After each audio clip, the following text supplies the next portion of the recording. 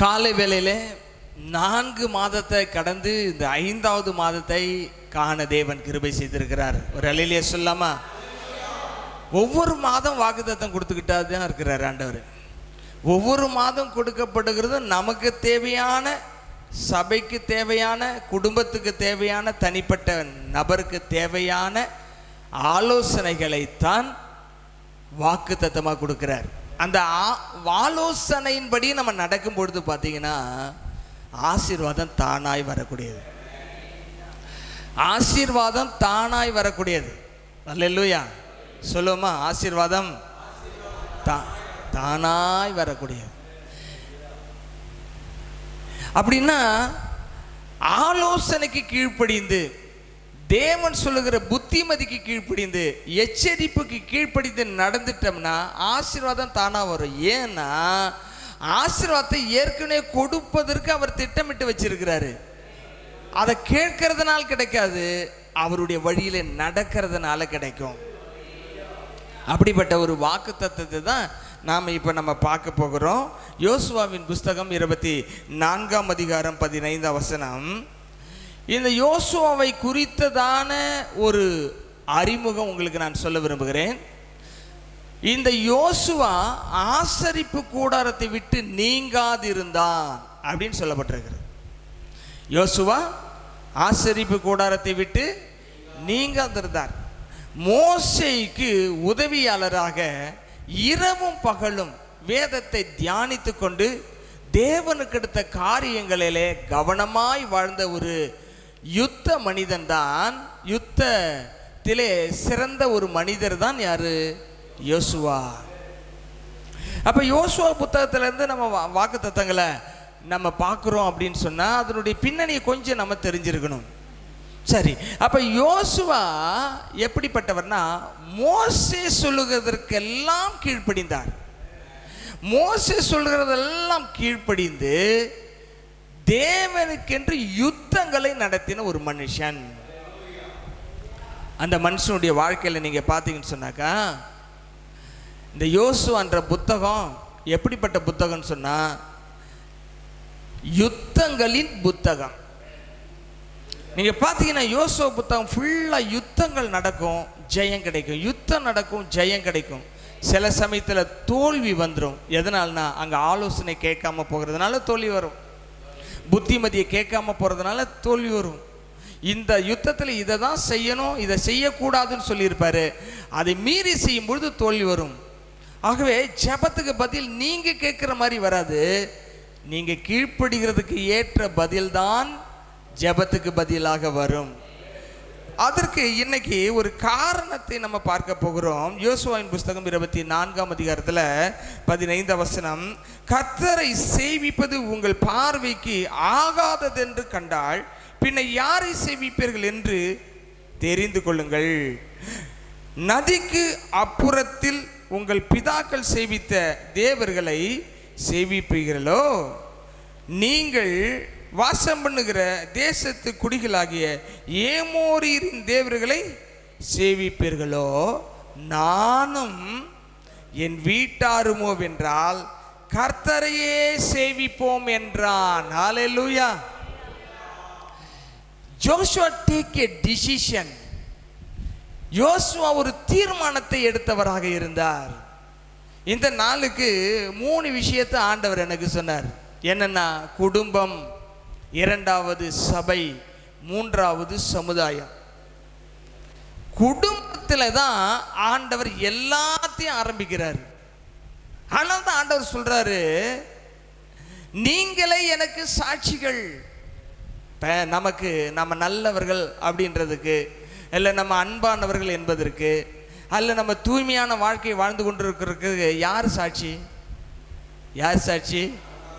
நம்முடைய பிள்ளைகள் தான் சாட்சி. உங்கள் வழியில பிள்ளைகள் வந்தால் அந்த குடும்பம் சாட்சியுள்ள குடும்பம். ஆகவேதான் அடுத்த தலைமுறையை குறித்து, உடன்படிக்கை குறித்து, ரத்தத்தை குறித்து ஆண்டவர் போன மாசம் ஃபுல்லா பேசினாரு. இப்ப நம்ம குடும்பம் சாட்சியாக இல்லை என்று சொன்னால் இந்த யோசுவா சொல்லுகிறதை நாம் சொல்ல முடியாது, நீங்க சொல்ல முடியாது. என்ன சொல்றாரு?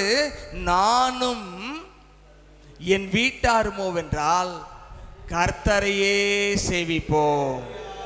அப்ப குடும்பம் எப்படி இருக்கணும்னா சாட்சி உள்ள குடும்பமாக இருக்க வேண்டும். ஒருவன் தன் குடும்பத்தை, விசேஷமாக தன் வீட்டாரை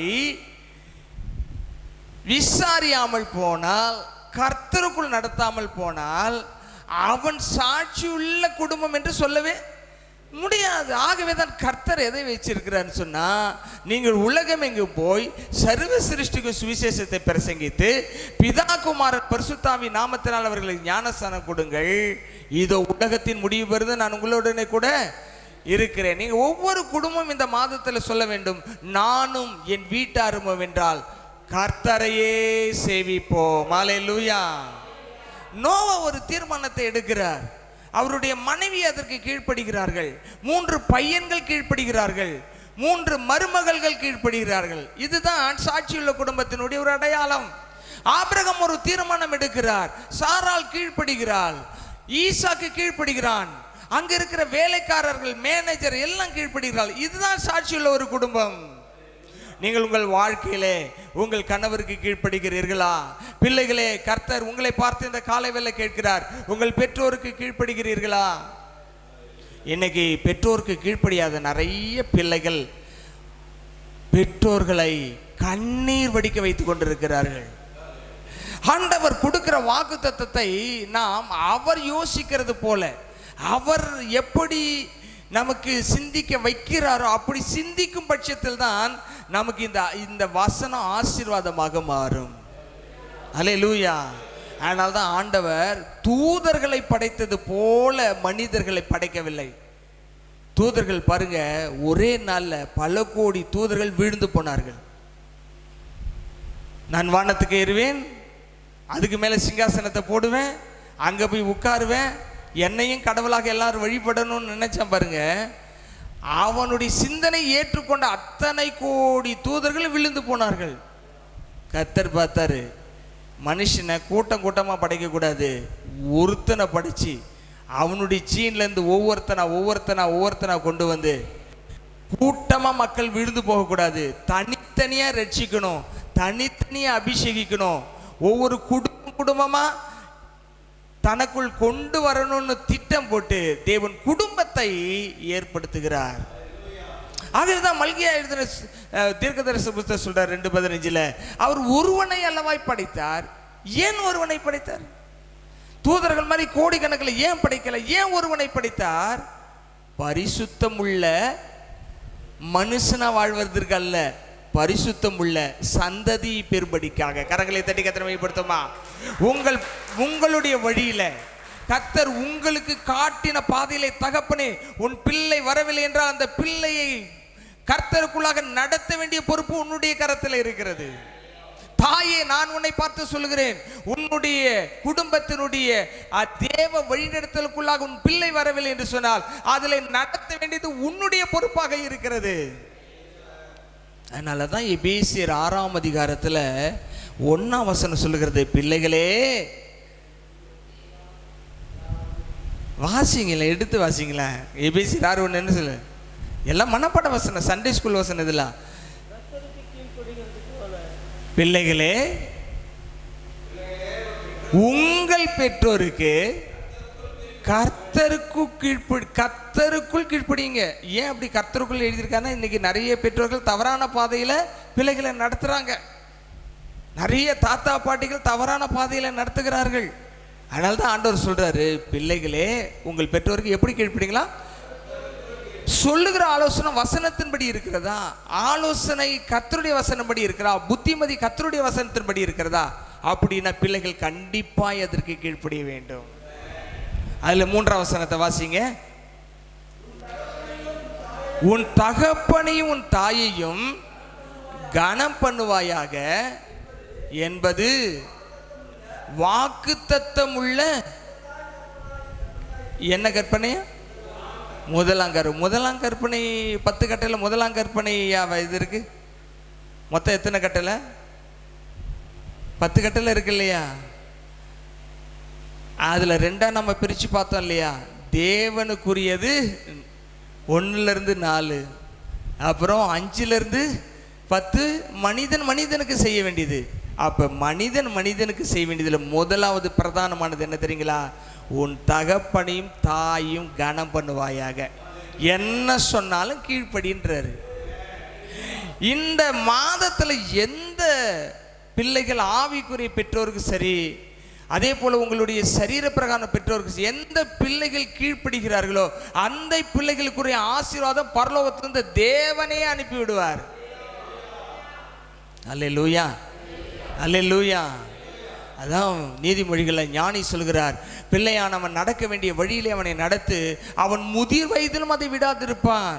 நீங்கள் சொல்லிக் கொடுக்கிற வசனங்கள் அவர்களுடைய வாழ்நாளின் கடைசி செகண்ட் வரைக்கும் அவங்க காத்துக்கொள்ள வேண்டியது அவங்க பொறுப்பு, காத்துக்கொள்ள வைக்க வேண்டியது உங்களுடைய பொறுப்பு. அதை தான் நீங்க சொல்றாரு. 10 விதமான சோதனைகள் தேவனுக்கு எதிராக இஸ்ரவேல் ஜனங்கள் செய்தார்கள். மிகுந்த போராட்டத்தை கொண்டு வந்தார்கள், மிகுந்த கோபத்தை மோசேக்கு கொண்டு வந்தார்கள். மோசேனுடைய கூட பிறந்த சகோதரியாக மீரியாம் கூட என்ன செய்தாள் என்று சொன்னால் மோசேக்கு எதிராக எதிர்த்து நின்றாள். ஆரோன் மோசேக்கு எதிராக விக்கிரக ஆராதனை செய்து ஜனங்களை வழிவிலகி போக பண்ணினார். அந்த சூழ்நிலையெல்லாம் பார்த்தீங்கன்னா அந்த மோசையை தவிர யாரும் மோசே கூட நிற்கல. இங்க யோசுவா இதெல்லாம் மனசுல வச்சு புதிய பொறுப்பு எடுத்து புதிய லீடர்ஷிப்ல வர்றாரு. அவர் சொல்றாரு, நானும் என்னுடைய குடும்பத்தாரும் கர்த்தரையே சேவிப்போம். இந்த தீர்மானத்தை இந்த மாசம் ஒவ்வொரு குடும்பத்தாரும் குடும்பமா எடுக்கும் பொழுது இது வரைக்கும் உங்களுக்கு எதிராக இருந்த எல்லா சத்துருவின் கிரிகை, உங்களுக்கு எதிராக இருக்கிற எல்லா பொருளாதார பிரச்சனை, உங்களுக்கு எதிராக குழப்பத்தை உண்டு பண்ணுகிற எல்லா சத்துருவின் கோட்டைகளும் தகர்த்தெறியப்படும். அல்லேலூயா. இந்த காலை வேளையில போன ஒரு வாரம் முழுவதுமாக தேவ சமூகத்தில் இருந்த பொழுது கர்த்தர் எனக்கு உணர்த்தின விஷயம் என்ன தெரியுமா? இதுவரைக்கும் உங்களுக்கு எதிர்த்து நின்ற எல்லா அந்தகார கிரிகளும் அழிக்கப்படும். தேவன் சத்துருவை தேடி நீ காணாதிருப்பாய் சொல்லுகிறார்.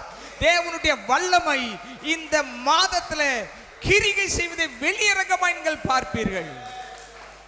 அப்படிப்பட்ட தேவன் நம்முடைய தேவன்.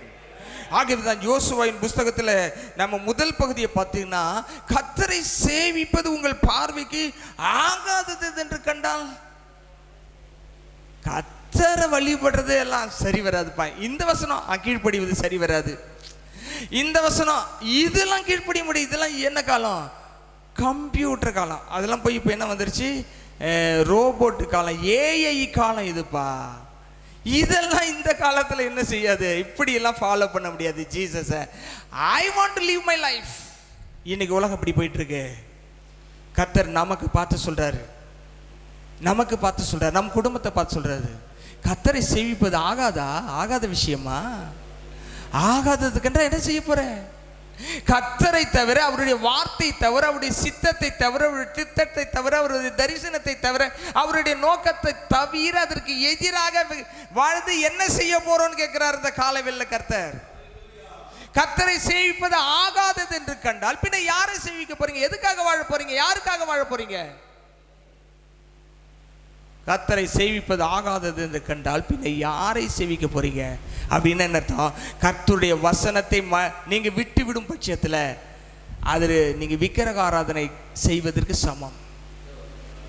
வசனத்துக்கு நான் கீழ்ப்படிய மாட்டேன்னு சொன்னா விக்கிரகத்துக்கு போறோம்னு அர்த்தம். அதுல எந்த பிரயோஜனம் கிடையாது. வசனத்தின்படி வாழ்வதற்காக தான் கர்த்தர் தன்னுடைய சொந்த ரத்தத்தை சிந்தினார். நேற்று ஒரு விஷயத்தை ஆண்டவர் என்னுடைய இருதயத்தில் பேசினார். என்ன தெரியுங்களா? ஒவ்வொருத்தருக்காக நான் மரணத்தை ருசி பார்த்திருக்கிறேன். என் பலியை மதிக்கிறவங்க எனக்கு கீழ்ப்படிவார்கள்.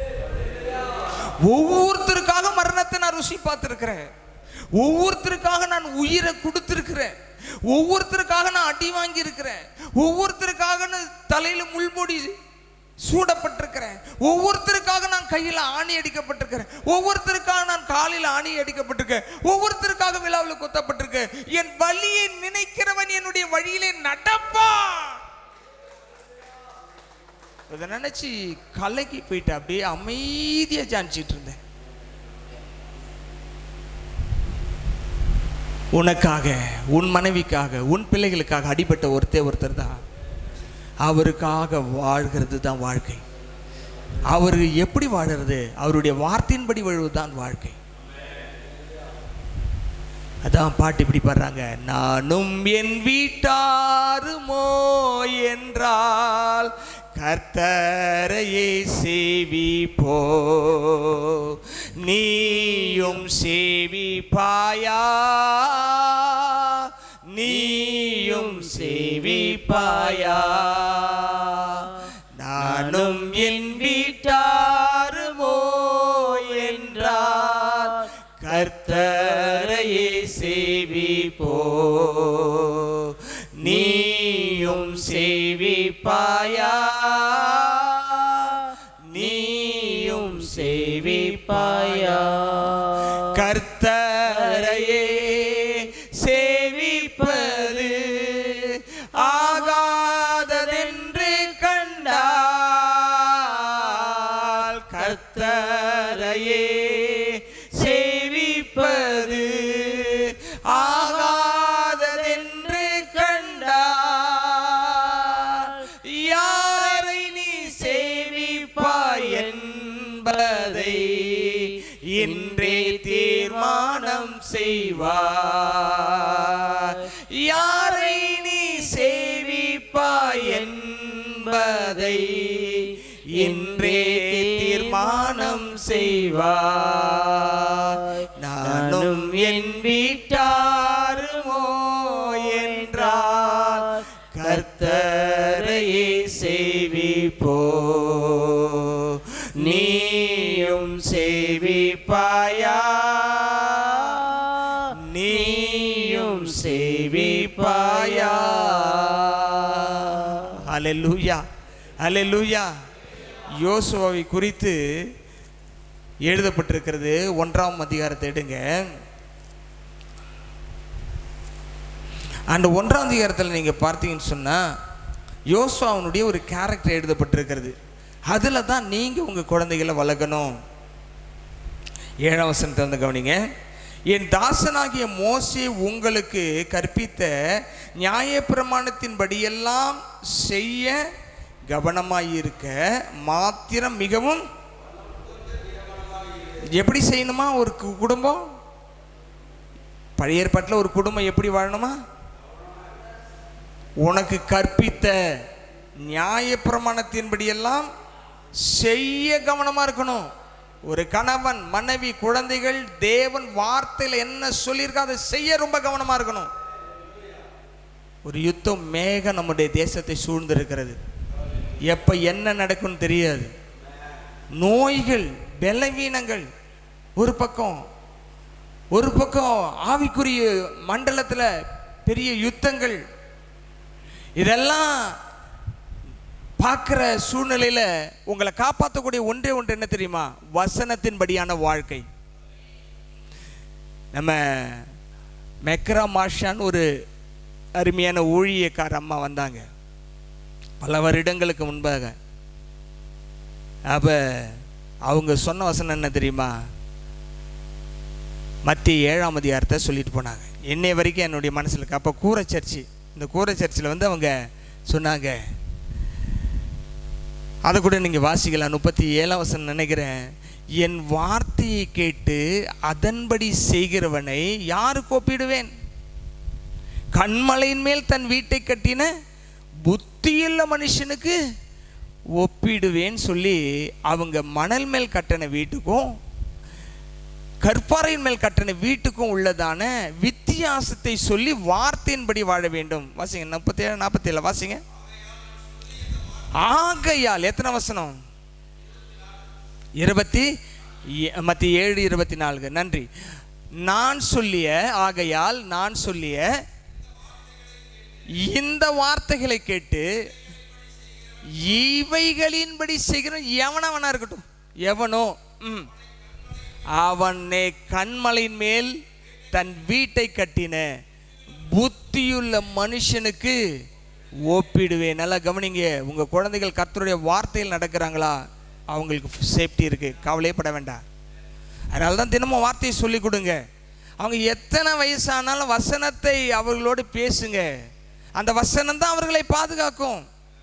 நம்ம கடைசி வரைக்கும் எல்லாரோடையும் இருக்க முடியாது. ஆனால் கர்த்தருடைய வார்த்தை எல்லா நாளும் எல்லாரோடையும் எப்பொழுதும் இருக்கும். அப்போ என்ன சொல்கிறாரு இங்கே புதிய ஏற்பாட்டில்?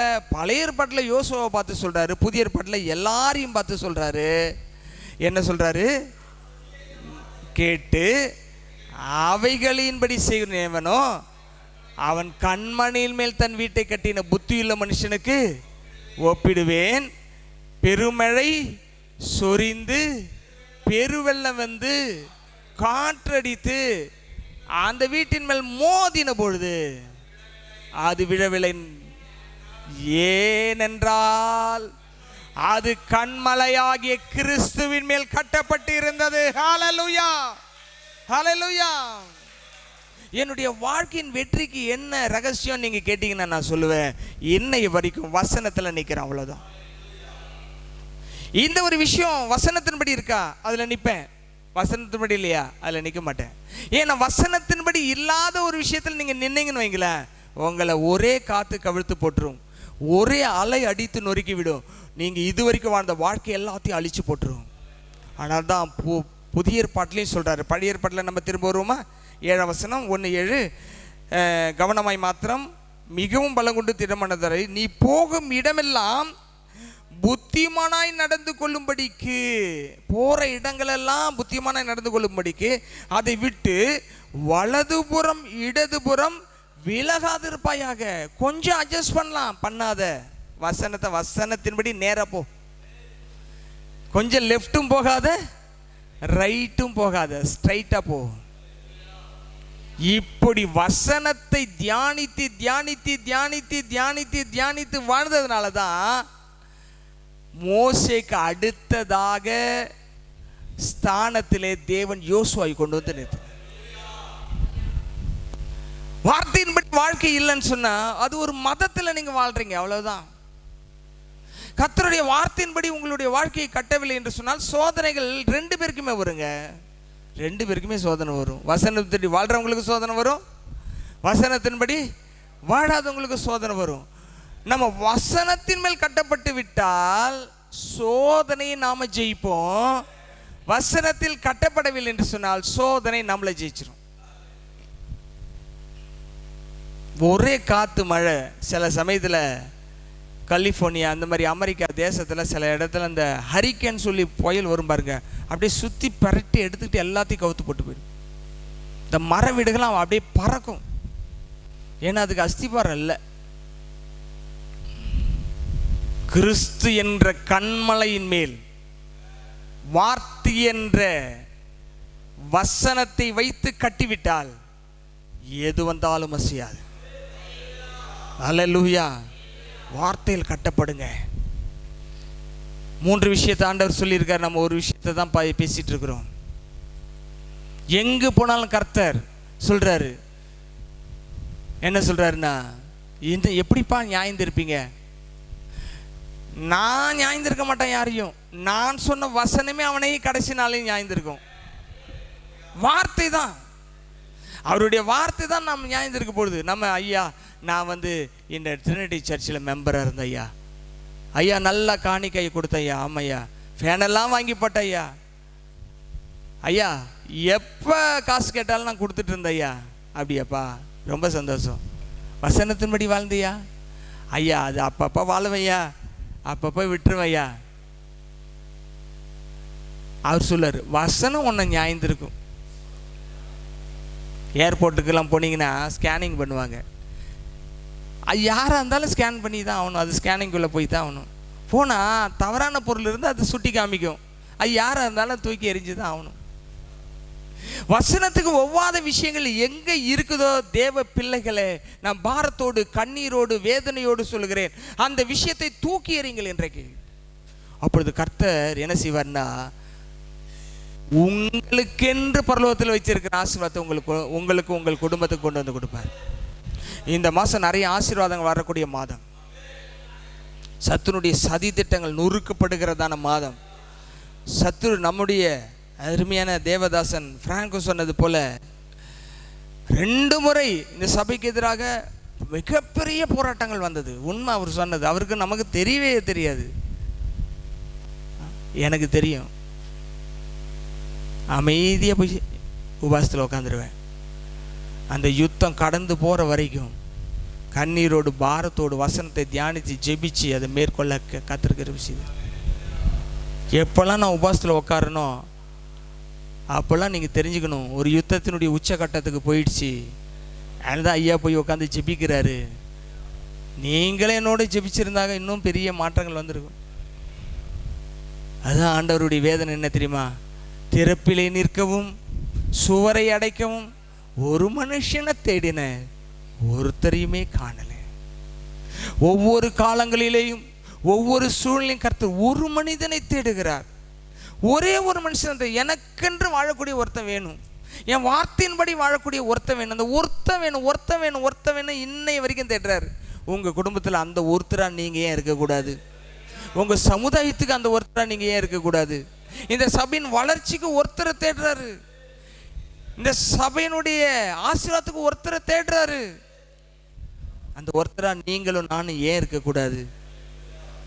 யோசுவா எடுத்த தீர்மானத்தை இந்த காலவெளியில் நாம் எடுக்க கட்டாயப்படுத்தப்படுகிறோம், கடமைப்பட்டவர்களாக இருக்கிறோம்.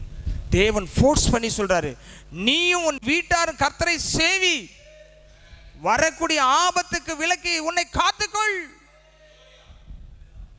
லோத்தை பார்த்து சொன்னார், ஜீவன் தப்ப ஓடிப்போ, சமபூமி எங்கு நில்லாதே.